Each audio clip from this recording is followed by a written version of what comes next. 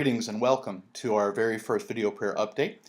This idea was given to us by a gentleman in one of our supporting churches, and we thought it was a good idea, so we're going to try it, and we trust it'll be a blessing to you.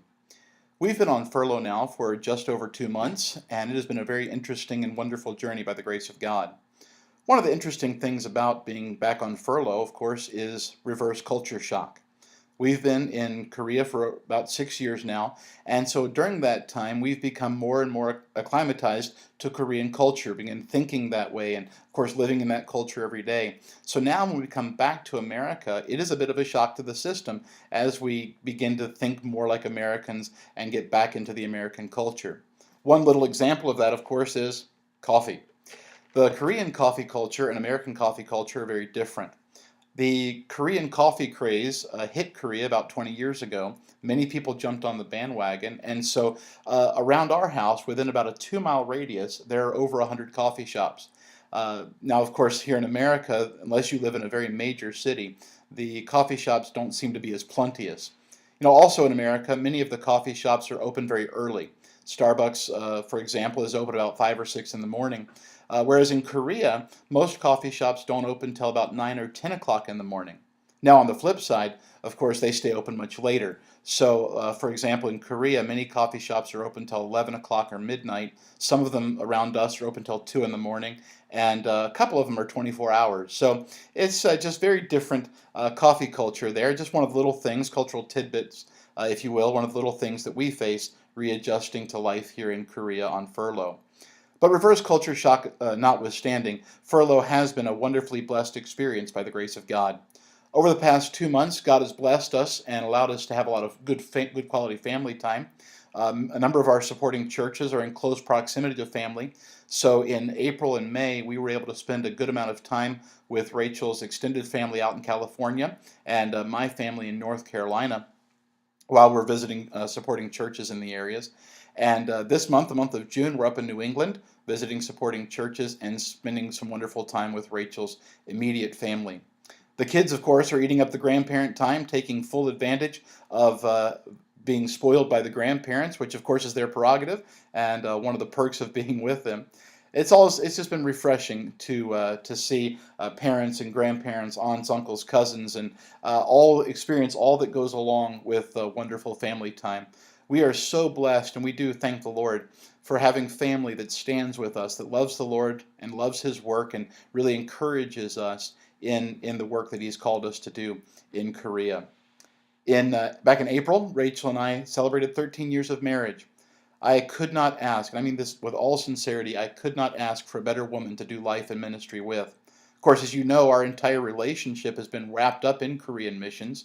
We met in Korea, were married, had our first child there, spent 2 years church planting and teaching there, came back to start to raise support to go back to Korea. In 2011, went back to Korea to church plant.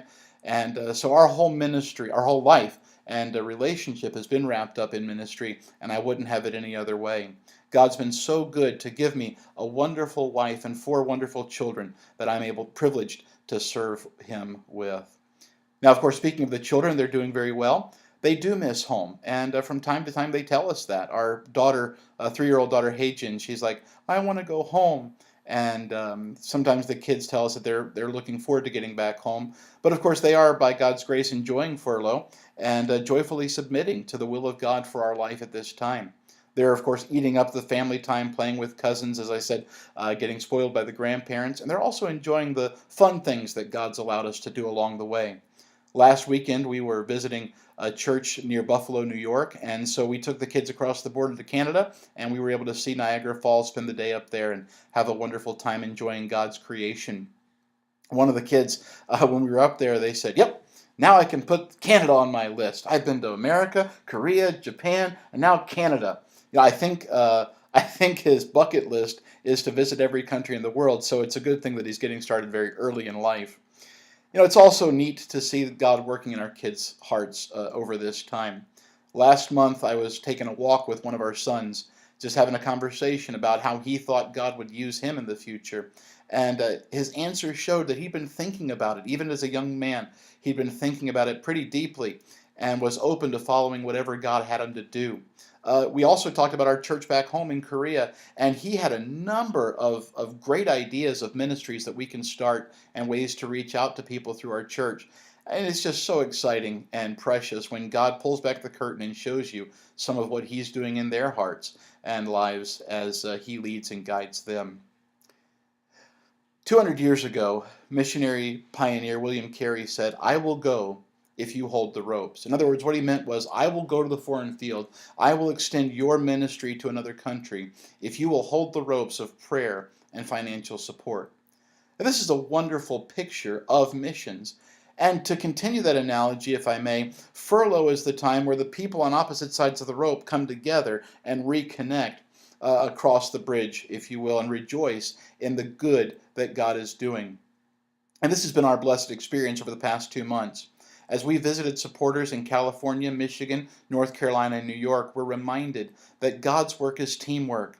What a joy it's been to shake hands with, hug, and to greet personally folks that have kept up with our family and our ministry, prayed for us, and supported us financially. When we walked into several churches recently, the people in those churches could greet our children by name. And of course, you know our children's names are Korean, so that's no small feat. And it's been so neat. Our heart has been so full to meet people that take missionary partnerships so seriously. Our hearts are refreshed, and we thank you so much for the care that you have shown and the love that you have shown for our family and our ministry. Of course, another joy of furlough is seeing what God is doing in and through you folks here in America. When we walk into churches and we see that you folks are serving God and continuing to reach a lost and dying world around you, it gives us great cause to praise the Lord.